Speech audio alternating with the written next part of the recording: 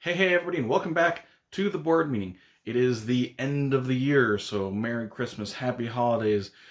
Today we are doing my top 10 games that came out in 2023. And I am going with BGG as the final say of when these games came out. Some people might say they came out 2022, or maybe they're not even released yet. I don't know. But according to BGG, these games came out in 2023. I think I've played, when I was looking at this, a little bit more than 70 games that got released in 2023. If you watch this channel and watch my reviews and stuff, you notice that a lot of the games that I review are not specifically from this year. They are from this year and previous years. I don't concentrate mainly on the newest games, the hottest games. I tend to get the games that I'm most interested in. Also, I get some review copies here and there from games. And so, yeah, 70 games out of like I think close to 400 games, 400 new games that I played this year were from 2023. I got some honorable mentions. I will say I really think this was a better year, for myself at least, than previous years. If I was looking at the 2022 games that I've played so far and rated, I'm like, the top 10 list for that I don't think is as strong as this one is. And this list is only going to get stronger as I play more and more games from this year. In fact, I've got several games around me that are from 2023 that I haven't played yet. The Fox Experiment is sitting on my table right in front of me right now that I haven't played yet. I was just reading through the rulebook. I've got Last Light that I have to play. There's several games that I own that I just haven't gotten to yet. But I think this is a pretty strong list regardless of some of these omissions that potentially could make it.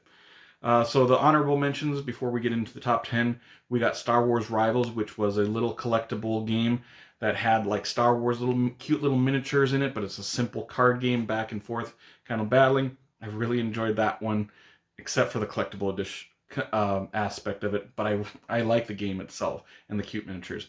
We got Lord of the Rings Adventure Book Game, which is a Lord of the Rings game that you go through the whole series of books or movies or whatever, and it's a very simple family friendly game, cooperative. I played through that with my girlfriend and I had a really good time. We recently played through the Princess Bride Adventure Book Game. I definitely don't think that one's nearly as strong as the Lord of the Rings one because the puzzles just weren't as fun and interesting. And another one is Halls of Hegra, which is a solo only war themed game. It's a very difficult solo game in the aspect, it reminds me of aspects of Robinson Crusoe. If you like really hard solo games, definitely check that one out. You're going to really like that if you like difficult solo games. And the last game we're going to be talking about, mentioning quick, is a game that I'm kind of I'm not including it in the top 10 because I don't think it's as different enough to include it from the original game. This is Dune Imperium Uprising, which is the sequel of sorts to Dune Imperium. And to me, it's not on this list because it's so similar to the original game. They just made some slight changes. It's more of like Dune Imperium 1.5 to me. It's not different enough to include it on this list for myself. But if I did, I would say this is in the top 2, top 3 games for sure on this list. But I automatically excluded it from the list because I think it's just too similar to the original to count it as a new game. Okay, so we're going to get into the top 10 now, actually. And the first one, number 10, is a card game. This is Dragon Keepers. This is the game that I've played most recently out of all of these games. This is a small card game where you are collecting these dragons, kind of a set collection sort of game, and you're manipulating which dragons you're supposed to be putting down. It was probably one of my biggest surprises of the year too. When I got this game, I was like, okay, it looks cute, got some cute artwork, but there's a really good game behind it. It's one of these games that I can break out with a lot of different people. One of my favorite card games of this year. So number 10, Dragon Keepers. Going to number 9. Number 9 is the only roll and write game on this list. It's the only roll and write I think that really came out this year that really kind of blew me away, that I really enjoyed, that I can think of off the top of my head. This is Mindspace. This is a game you're going to be rolling these dice, and those dice go above these different shapes. You can choose one of those shapes to put in to make that shape into your area on your board. It makes me feel, it reminds me of Silver and Gold, but there's a little bit more going on in this. These shapes that you're coloring are going to be different colors. All the colors are going to score different ways. So it reminds me of Silver and Gold, but I think there's more going on. There's more to think about. There's more to choose from of how you're going to score. What you want to place this here. So I really, really enjoyed Mindspace, and it kind of came out of nowhere for me. So number 9 is Mindspace. Going to number 8. Number 8 was probably the game that probably got the most hype, I think, out of any game that came out this year. And it came out early on. I completely forgot this even came out this year. This is Earth. This is a Tableau building game in the same realm as games like Terraforming Mars and Wingspan and Ark Nova. It reminds me of that. It's a medium weight game. It's not as heavy as Ark Nova. It's a little bit heavier than Wingspan, I would say. But this is like Positivity the board game to me, because you are constantly getting good things, and on other people's turns they're going to choose an action, but you get to take like a smaller, worse version of that particular action and then activate your tableau of those different colors. It's just good things on top of good things on top of good things, and I think it worked really well. And it's probably one of my all-time favorite covers too. It's a beautiful cover. The artwork in this game is great. So number 8 is Earth. Going to the 7th. Number 7 for this year is Empire's End. This is by John DeClaire. This is kind of a mixture of space, and no thanks. And you start the game, everybody's got the same empire in front of them, but throughout the game, you are going to have to choose and sometimes be forced to destroy a lot of your empire, and you're going to have to choose how you're going to destroy it. But when you destroy some of your stuff, you're also going to get special abilities. And how these tiles get destroyed off of yours is there is sort of this bidding mechanic that is going around the board. And on your turn, it tells you exactly which empire or which slot is going to get destroyed in your particular empire.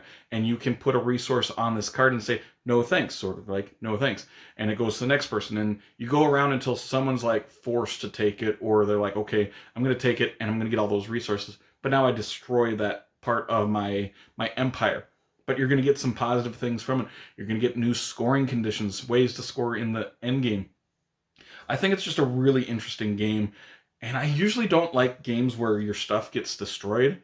But this one, I think, because it's not always a bad thing if your stuff gets destroyed. You just don't want specific spots to get destroyed. And yeah, so number 7, Empire's End, I think is a very successful game for John DeClaire to come out with. Going to number 6. Number 6 is the third game in a trilogy of cooperative games that I really, really like. This is Horrified Greek Monsters. Why it's probably not higher on this list, considering how much I like Horrified, is that it's not a whole lot different than the other Horrifieds. But it did come out with a Greek-themed one, a Greek mythology-themed one, and I love mythology stuff. So I was really excited about this game, and it didn't disappoint. Not like none of the Horrified games disappoint me. They're nice gateway-style cooperative games, moving around the board with your characters and trying to fight off these different monsters that are all going to act differently. And there's 6 monsters that come in the game, and you're going to choose anywhere from 2 to 4 of them to fight against. And all those monsters act differently, and you have to destroy them in different, unique ways. I just think Horrified's a great system. So yeah, number 6 is Horrified Greek Monsters. Going to number 5. Number 5 was a remaking of an older game that I really, really like. This is Archaeos Society, which is the retheme of Ethnos, but they changed it in a few different ways. Ethnos was an area control game. Like I said, I really like Ethnos. So when they were like, we're going to retheme it, I'm like, oh, okay, that's probably a good thing, because Ethnos isn't like the best looking game out there. It's kind of boring looking, but it's an area control game.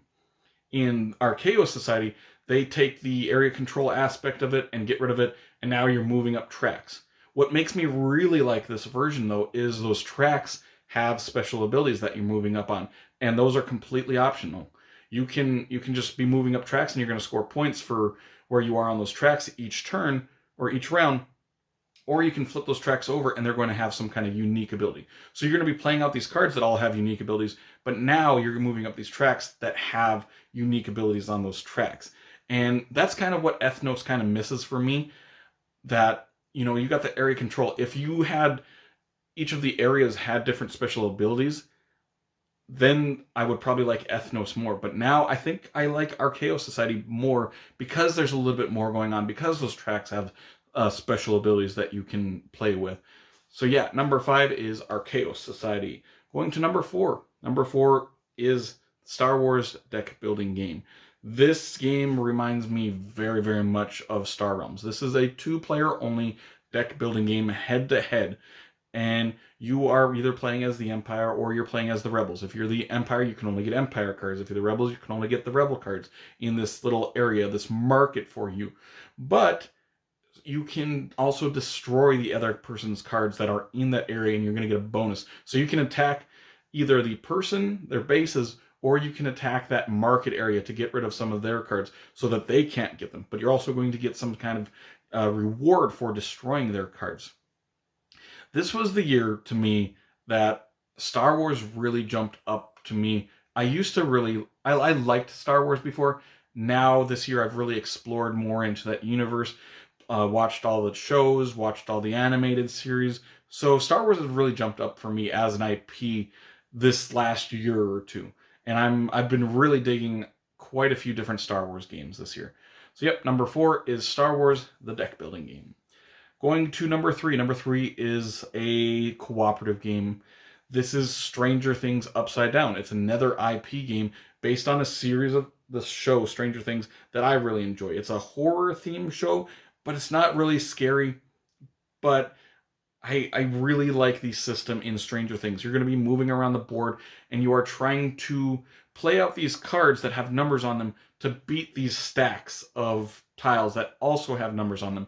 But most of the time you don't really know what's in those stacks. You're going to go to these areas and you're like, okay, I'm going to play like 8 or 9 worth of cards to try to beat this stack. And you're like, and these stacks can be, those numbers can be anywhere from 0 to 5. So if you got 4 tiles on there could be potentially be 20 on there, and you have to play enough cards to tie or beat that number in there.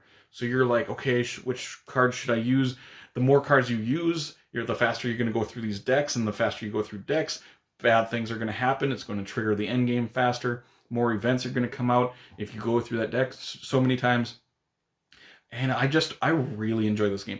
I was not expecting to like this game. I'm like, there's a Stranger Things game.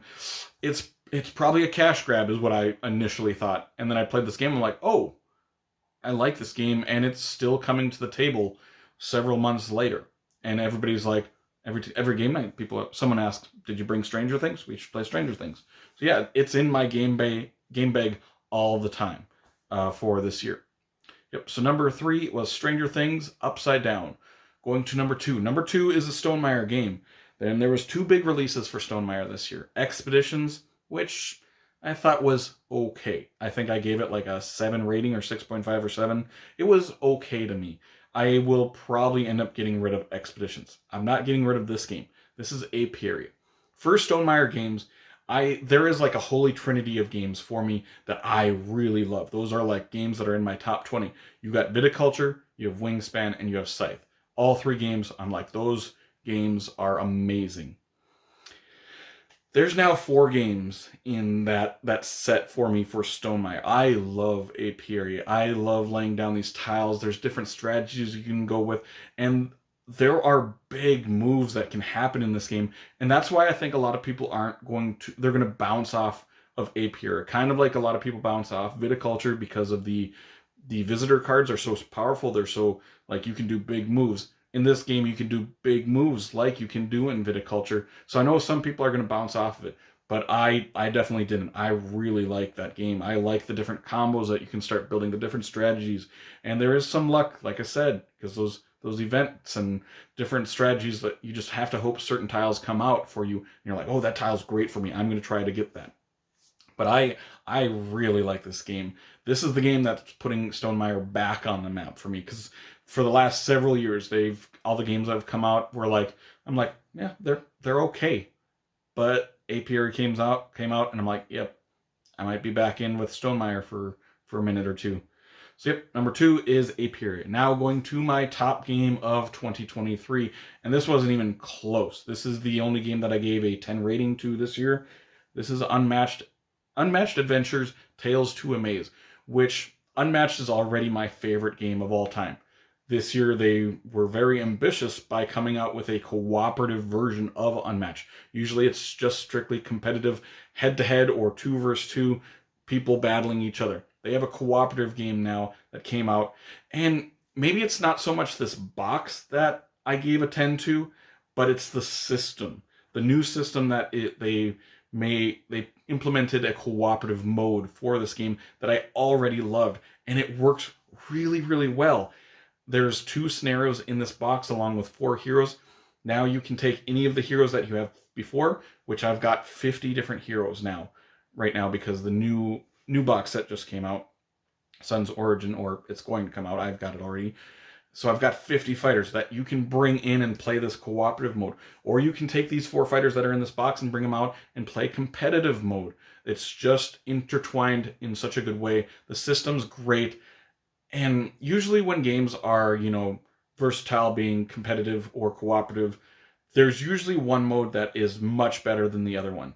To me, you're like, which mode is better, cooperative or competitive? I don't know which one I prefer. I really like both of them. Both of them work really well. That they're pretty simple games. And the cooperative mode, if you know how to play the competitive mode, it's going to take you minutes to get into learn the cooperative mode for this game. I think it's a fantastic system, and I'm really excited for the future of Unmatched and seeing what they're going to do with the cooperative mode as well as the competitive mode. They just keep blowing me away. I'm really excited for the future of this game. So yeah, that is my number 1 game of the year, Unmatched Adventures Tales to Amaze.